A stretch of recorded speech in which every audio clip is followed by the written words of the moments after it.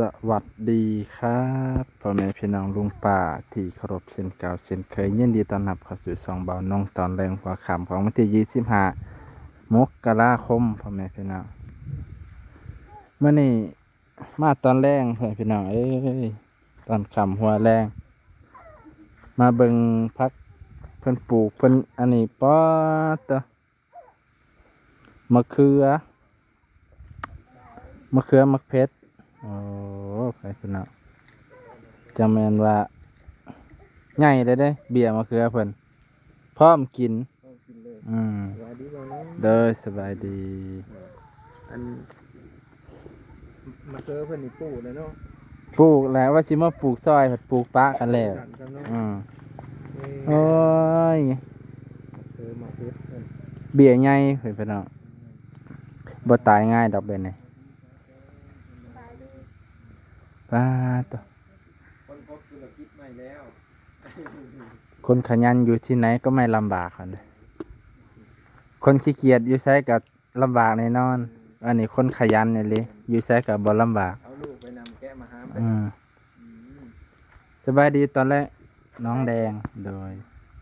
สิว่าเอื้อยก็บ่ได้นะเฮาเฒ่ากว่า น้องเนาะ น้องและน้องแดงอยู่ เดี๋ยววันนี้ได้ผลเนาะ อันนี้เด้อันน้องยัง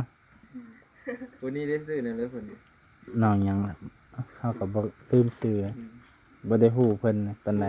ผู้อัน น้องนัด น้องนัดผู้เลี้ยงงัวหั่นเด้ นี่เลยอันนี้แหละ ผู้มีงัวตัวงามๆ4-5ตัว เพิ่นเฮ็ดแล้วได้ละว่าเหินเพิ่นเนาะมื้อนั้นเห็นเพิ่นเฮ็ดแล้ว ยังเหลือแต่แอมบ่เฮือนจะนะเฮือนจะนั้นเหลือแต่แอมบ่วะ เอ็มไหม แอมแล้ว ยังมาแล้ว เออจักเฮือนจักเถียงนาเฮาก็บ่ฮู้คือกัน เห็นเพื่อนเลย เออ สะดวกสบายนะอยู่เนาะ อยู่หน้าเฮ็ดเฮือนเลยอย่าไปวุ่นวายกับมัน ส่วนหลายเขาอยู่หน้ากันแล้วคุมื้อเนาะก็จะไปเที่ยวดุไปดุมา จักมื้อแล้วแกะมะขามนี่ มันนี่ให้กับมันนี่ นับซื้อเขาบ่หรือว่ามะขามตัวเอง โอ้ย เออ อยู่ในบ้านพุ่น เอาลูกผู้ใดมานํนั่น เป็นราคามะขามเลยป่ะ โอ้เห็นอันนี้บ่บ่แม่นมะขามนะหั่นสบายดี มาดิว่าแต่งมาแต่เช้อน่ะกินมะขาม เออ จะกินมะขามบ่พี่น้อง ขึ้นเองบ่ เลย เอานึกว่าให้หลานหน่อย ลานไปซอย โอ้ จ้อยได้จักกระสอบมื้อนี้หั่น ซอง สอบมื้อพี่น้องเอ้ย กูได้ซองหนึ่ง โอ้ยังทันแกะเนาะ เต็มที่เลย ซองกับอยู่กับซ้ำเลยกระมัง อืม อันนี้เป็นทางการ หักกระมัง นี่กะละมัง 2 กระสอบได้หลายอยู่เด้ถ้าแกะแล้วสร้างกิโลขายกิโลละ6,000 7,000เนาะ 6,000 6,000 โล6,000 เมื่อกี้ได้เห็นพ่อค้าว่า7อันเด้อ 7,000เลย แล้วแต่อารมณ์พ่อค้า แล้วแต่ราคา พอค่าขึ้นพอค่าลง พ่อค้าว่า6ก็6นำเขาอืม 5กับ5น้ำข้าว ต่อรองบ่ได้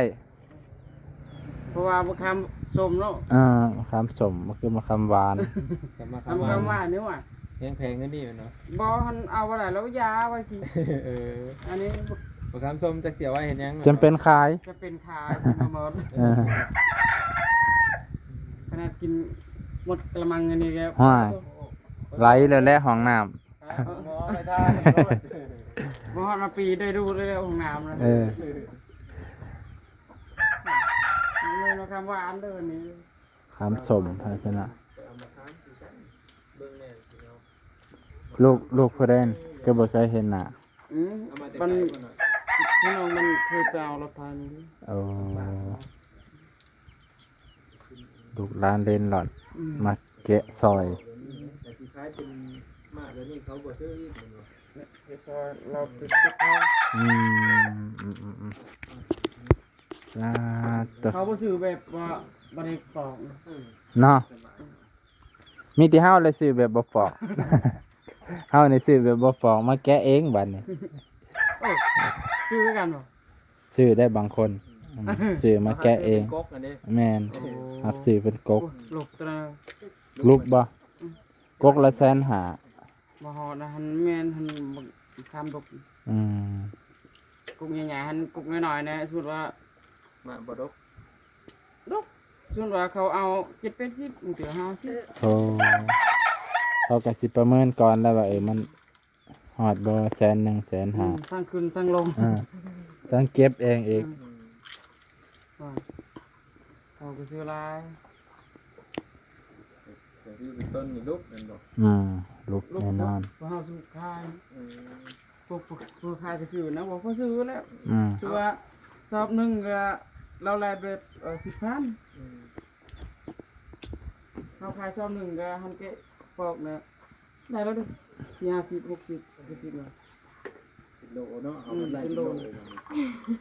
อันนี้โทษ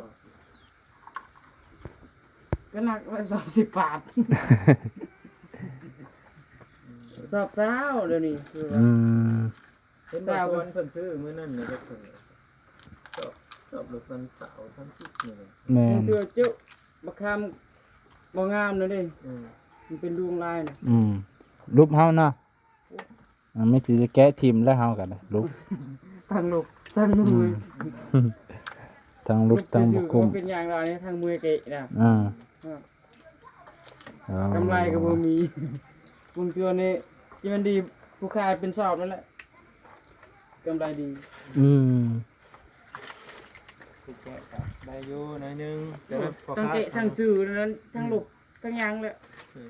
บ่ส่วนจักสิเป็นแนวเลยแล้วเนาะบ่น้องเนาะ อ่า ยังไม่ทันได้ไปเลาะหาเพิ่นซ้ำ ถ้าเบิ่งแมลงกัน ถ้าเฮาไปหาด เพิ่นอันนั้นพอค้ามาค้ามได้นั่นได้ อืม ทั้ง ทั้ง ซื้อทั้ง ทั้ ขาง ย ไม่กล้า เออ ขายขนม ขายขนมพร้อมโอ้เพิ่นมาฮอดพี่บ่ โอ้ เอาแล้ว เห็นกันอยู่ ติบ่ได้ขึ้นบักคามมันขึ้นบักคาม2-3หมากก็ได้กินได้ขนมลาวน่ะ เออ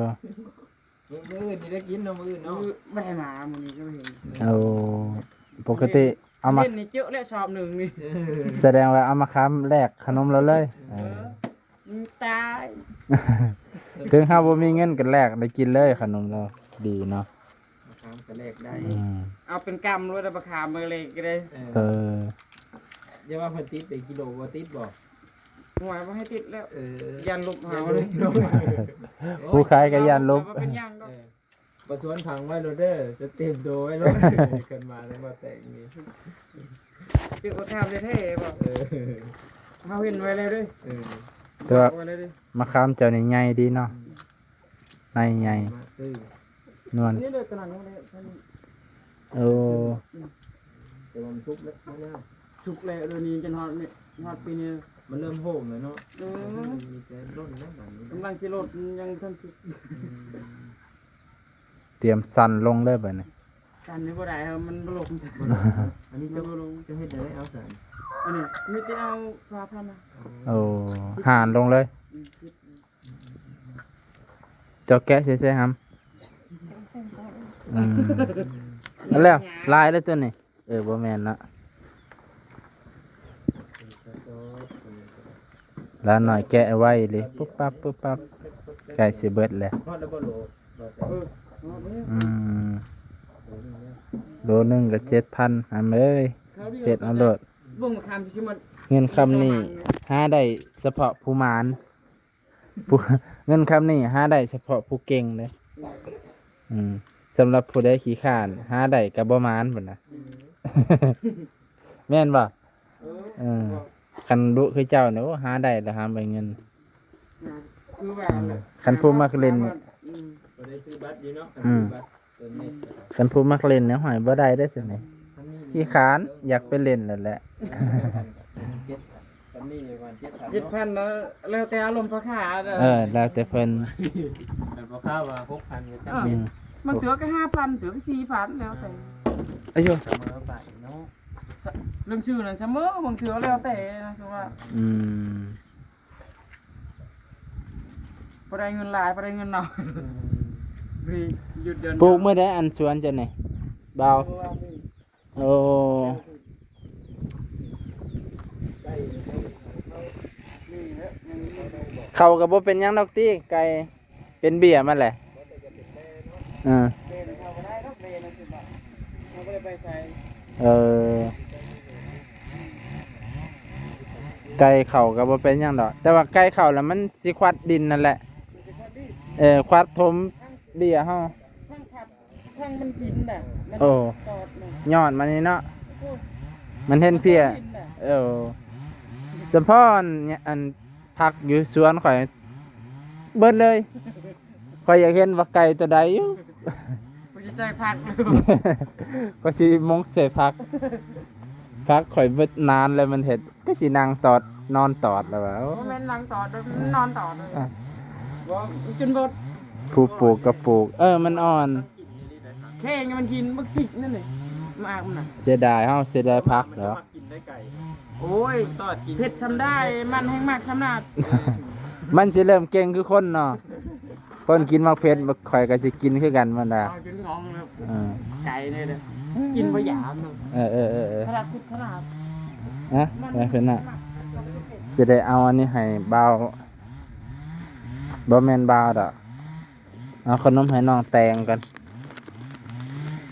นี่ขนมแซ่บๆให้เพิ่นน่ะขนมอิหยังก็บ่รู้แหละเห็นว่ามันเป็นตะแซ่บเอาให้เพิ่นกินก่อนคนขยันให้กับผู้เดียวกันอยู่ติเนาะโอ้ผู้เดียวกัน ยันนะให้เมียผัวน้อยใจได้ป่ะจ๊ะให้น้องแตงนั่นแหละเนาะแต่เพิ่นก็สิปันลูกเมียกินอยู่ดอก กินอะไรได้ เออ ปันผัวก็ได้ เอาน้องแตง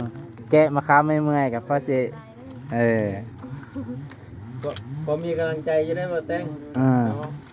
ว่าแต่งนะฮะก็มาจะขึ้นก้มมะขาม เอากินขนมแล้วให้สุขให้มานได้ให้ร่ำให้รวย โดย ขนมมาตอนนี้ ขนมมาตอน ให้น้อง คนอยู่ ให้น้องแดงล่อบ่าวแตงขึ้นมะขามอีกขึ้นหลายๆผัว จะจิบหัดเขะจิบหัด แอว ไอ้ เจ็บแขน บ่จิบหัดไอ้ สูงเนาะ บางคนบ่เคยขึ้นเนาะมันบิดขวาบิดซ้ายได้ เป็นบ่อนี่ของข้าบ่อนี่ พ่อค้าเป็นอย่างแบบว่า คือบ่คือบ่แนมขวาแนมซ้ายเนาะอ่า พ่อค้านี่ก็ได้ สิได้มะขามอยู่บ่ โอ้ย คันเบิดคือต้องฝากก็สิบ่ได้ดอกมะขาม ได้ครับไหม พ่อค้าวันนี้ป่ะ บ่แม่นดอกนะ เนาะ บ่แม่นดอกบ่คนบ่มีเงินเศร้า ยันเพิ่นสิมาซื้อเป็ดไก่ยักษ์ ๆบ่เห็นเงินตาม ตัวแบบเป็นอะมะขามยามนี่มะขามวิทย์มะขามว่าจักสิแกะอีหยังดะบาดนี่ บ่มีเลยนะ เนาะวิทย์มะขามสิแกะอีหยัง ฮะยังบ่ทันวิทย์ก็มันคืออันนี้ฮอดยามเขายาพ่อค้านั่นเด้อ เออ มันคนตกนี่เข้าไปซื้อซ้ำ มันถึกน้ำแล้วเขาบ่อยากเอาแล้วเนาะ เก็บผิดเด้อว่าโอ๊ยเอาไว้ให้มันสิแรงๆ เศร้าโลดเนาะ ยัง เศร้าเก็บตอนนี้โลดเนาะตอนได้โอกาสจะได้กับฝนตกเลยนี่ 2-3 อาทิตย์นี่ ตัวนี้คือข้าวเก็บปั๊มเอา เขาเก็บเขาเอาหน่อยก็ยามันโลละ5ก็ขายเลย โอ้ย กระจงไว้นี่บ่ได้หยังเลยนี่ บ่ได้หยังคือว่าฮอดยามเขายาเนาะ แม่นแหละ แม่นว่าผู้เดียว หลายคนเนาะ หมดเมืองหมดบาท เออ เดี๋ยวนี้เขาผลิตมีแต่ของเขาปลูก ปลูก บางคน เดือนี่ บางคนแกะนี่ทิ่มมาเลยได้ทั้งเปลือกทั้งอันนี้ เจ้าบ่ได้ทิ่มเนาะเจ้านี่ทิ่มไว้ในกระมังเก่าก าแฟอยู่แต่ว่า แปลกอยู่ ปกติ ปื้อนี่สะทิ่มมาเลยบ่แต่งโอ้ขี้ขานเก็บเด้อพี่สาวไปได้เนาะ ว่านี่ก็เทินว่ากระมังอันเดียวเลย เออ มาให้มันเปื้อน แม่นแหละ เมื่อคืนนี้ใส่กระมังต่างหากอีก เปลือกมันเนาะ นี่ บ่บางคนเนาะแกะกันบ่ได้ว่าคำนึงถึงความสะอาดเฮือนเจ้าของน่ะสะทิ่มเลยแล้ว แต่น้องแตงน้องแดงนี่คำนึงถึงความสะอาดตลอด ขณะนี้ตัวมันตกเลย เอาไว้ทีหลัง อืม ต้องอันนั้นบ่ตกแล้วไว้ตั้ง5อีก นี่มันตกแบบนี้นะเอาไว้ทีหลังเป็นเก็บ อื ทำ ม ความสะอาด แม่นอยู่ได้เพราะว่ามันเปลือกมะขามเนี่ยมันเหยียบไปเหยียบมามันหมุนตัวบ่าวลาวเพิ่นมาหาบ่มื้อนี้ บ่เห็น เออแสดงว่ามีแต่เฮาเท่านี้โชคกัน โชคดีจังได้อายเพิ่นยังบ่ทันมาปกติอายเพิ่นมาแต่เช้ามาฮอดเพิ่นแสดงว่าเพิ่นมีเวียกไปทางอื่นนะพ่อแม่พี่น้องปกติอายเพิ่นบ่พลาดเพิ่นมาหาน้องแดงน้องพรโอ้ยน้องพรได้ยินนี่ ดีใจ เล เลย ย ก็ว่าพื้นให้น้องเด้อ อายุ มาพี่บ่ เอ เอ อ อ อย่าบอกจังสันเถอะไปหับบ่ได้ โอ้มีการร้องพื้นกันดิ ให้ดูว่าพื้นน้อย เออ ถ้าเรามากเนาะ เพราะว่าจะมาคิดฮอดเจ้า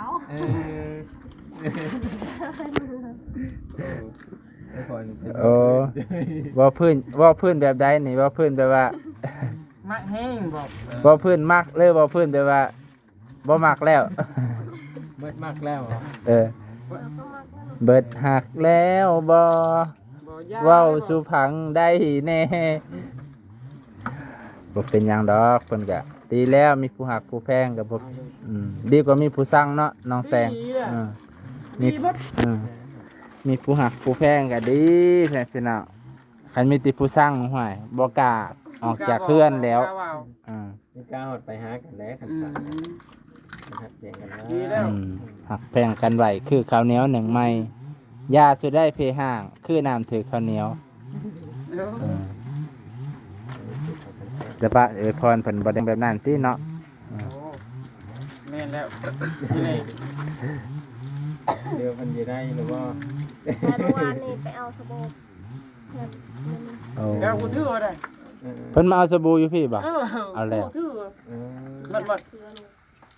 สิซักเสื้อลูกส่งลูกกลับมาเอาแพบน้ำน้อง เออ อืมคือ แทบดันสิเบิดเลย แพบทั้งนี้จะสิเบิด เอา ทั้งนี้ก็มีลูกคือกันคือบ่ว่าข่อยก็มีลูกเด้อลูกน้อยข่อยแฮง บอกว่าแต่มีลูกผู้ใหญ่ก็ยังซักได้หมดอันนั้นคือว่าคือหมดคู่มือว่ะ มืดแล้วก็ เอาหมดก็ซื้อไม้สมมุติว่าเนาะอันนี้ก็หมดยังซื้อไม้ ถ้าบ่มีเงินซื้อเลย ขาแล้วขนาดนั้นแล้ว อืมบ่มีเงินซื้อก็มาเอาน้ำน้องนี่แหล้วเพิ่นน่ะ สุภาพต้องหาใส่น้องก่อน คือว่าน้องก็สิมีเงินมาได้ใช้อ้าว แต่น้องมดจ้ะ อ้าว คันน้องมันก็บ่ได้ซักเสื้อผ้าแล้วเพิ่นน่ะ จบกันเลย จังได๋สิไปถามเพิ่นก่อนจะไปเพิ่นน่ะบ่ดอก ถามเพิ่นแน่นอนถามว่ามีบ่แพบมีบ่นั่นแหละ บ่มีเวียกลายอยู่บ่มีแนวหา มาปอกมะขามน เออ บ่แต่งนี่เด้บ่แต่งให้ได้บ่แต่งเนาะ โอ้ ปันกันทำซื้อแพบเนาะ ทำซื้อแพบนะพอได้อยู่ดอก บ่ยากดอกเนาะ ทันแล้วประคาม ก็ให้แกะซอย ทำบ่ได้ด้วยมั้ย บ่ได้ ถึงแกบ่แล้วนี่บ่ให้อีกแม่นบ่ เขาก็บ่ได้เงินอีกคอยก็บ่ได้เงิน แม่นเลย พร้อมกันบ่ได้ กันแก้ซอยกันก็พร้อมกันได้เนาะ แต่อยู่เฮือนเพิ่นคือว่าแหละมันมีแต่เด็กน้อย บ่เล็กน้อยทำนั้นอยู่ในเฮ็ดเวียกแล้ว ฮะ ผู้ใหญ่นั่นนี่ น้องอันโซโลก็เลาะก็แลนหน้าแลนหลัง โอ้ แต่ว่าลูกเราหั่นแหละเราคุมบ่ได้ คือมีลูกแต่ว่าเราคุมบ่ได้ก็ มัน มา เป็นน้ำแม่น่ะ เราคุมแบบ ฟังเฮ็ดเรียกได้เหรอ ได้แล้ว แต่พ่อแม่คุมบ่อยู่ บอกไม่ได้ เป็นย้อนพ่อแม่นั่นแหละ อันนี้ก็แม่นมีส่วนบางเทื่อกับพ่อแม่เมื่อยบอกแล้วก็ปล่อยลูกมันนะคอยคิดดอกว่าแบบโอ้ยลูกบอกลูกจนปากเปียกแล้วลูกบ่อยากฟังแล้วลูกพ่อแม่ก็ปล่อยได้บางเทื่อ พ่อแม่ปล่อยไว้ บางเทื่อก็ยาแบบนี้แหละแปลว่าเฮาเมื่อยบอกมัน มัน เค บ่ ย ได้ย่านพ่อแม่อีก นี่แหละอันตรายคันมีลูกหลายบอกบ่ได้เนี่ยโอ้ยบ่มีตังเว้า มันมีปกติเนาะมันมีการ ซึ่งเจ้าพ่อเด้อได้2คนนี่พ่อแหละพ่อบ่ พ่อ เอาคำเต็มคำตาเนี่ยเลือกกินแล้ว บอกได้ใส่ฟังไงขึ้นมาไปทำงานกรุงเทพกรุงไทยพ่อแม่ทั้งนี้ก็โอ้ยสบายแหละขอให้ลูกเป็นคนผู้หูผู้ดี เป็ดกินแล้วเด้อมัก แม่งบ่ แตง บ่หมกทั่วนะ ใหญ่แล้วบ่ เออ ใหญ่มันอาจจะใหญ่ขึ้น อืม อืม ไปพี่น้องอ่ะมันนี่ ว่ามันมากละลายได้กินอยู่แล้ว แต่ว่ามักทั่วเจ้านี่งามไปเลยขอยยอมรับว่างามพุ่มก็ใหญ่ ตัว เขียวเนี่ยเราได้ไปเห็นหมากว่ะ บ่ยังบ่หอนยามมัน มักทั่วพุ่มบ่นี่ เออ 2สุดเลย เจ้ากินสุดทำบิดเบิดสุดที่2ขึ้นมาอีก คืออยู่เฮือนข่อยเอ้าข่อยว่าสิลกถิ่มเบิ่งมันมีดอกข่อยปาไว้อีก 2-3 ติดเต็มเลยมันขึ้นโอ้ ได้กินคือเก่า ได้กินคือเก่ายังว่ามักทั่วพุ่มนี่ดีสุดที่แรกกินไปเบิดแล้วสุดที่2มาอีกดีปลูกจังซี่ปลูกแต่ดนเด้ว่ะไปปลูกตัวเป็นเครือเนี่ยอาจสิบ่ได้กินหลายสุดได้สุดเดียวได้เบิดเลยเอาไปพี่น้องมื้อนี้สิจบเพียงเท่านี้กันบ้านน้องก็มาแต่พูน ใกล้ๆบ่รู้ แต่ฟังที่เสียงก็ฮู้แล้วมาแต่พูน ก็เลยคำมาบ่ได้มีคลิปมื้อนี้ก็เลยมาแวะน้องแดงซะแต่พี่น้องพอดีได้โอกาสเพิ่นก็มาขายไปพี่น้องเป็นอาชีพเสริมก็เบิดมาขามก็เผาทานต่อแหละบ่เนาะ ตามเคยนั่นแหละ จนว่าปลาไม้เบิดพุ่นแหละเพิ่นจังสิเศร้าเผาทาน บ่ จนเบิดแล้ว คันมีรถไถนี่เพิ่นยันไปขนเอาแถวป่าอยู่เนาะตามที่บ่มีไผเนาะ อยากมีรถไถนั่นแหละ เนาะมือสองก็ยังเอาเนาะ ดู มือสองก็ยังดีมือสามก็เอานะ เอาหมด เอาเบิดก่อนมันไปได้ ก็เลยมันไปได้มันไปอย่าเลย ไปได้ก็บ่เอาเนี่ยสิมาแปลง บ่อย่ามันหกคือกัน แม่นแหละ มือสามมือสี่ทั้งนี้ก็ยังใส่ได้ไป ก็ นะ เลยมันไปได้นะ เพราะว่าบ่เน้นคุณภาพ เน้นให้มันย่างได้ไปเป็นไปพี่น้องมันเนี่ยก็สิจบเพียงเท่านี้ก่อนเด้ออำลาพาจากก่อน มาตอนแรงตอนค่ำบรรยากาศก็เย็นสบายพอดีเพิ่นก็เฮ็ดเวียกพร้อมหน้าพร้อมตาพร้อมญาติพี่น้องลูกหลานเหลนหล่อนก็มาซอยแกะมะขาม พอได้ชื่อขรอกขนม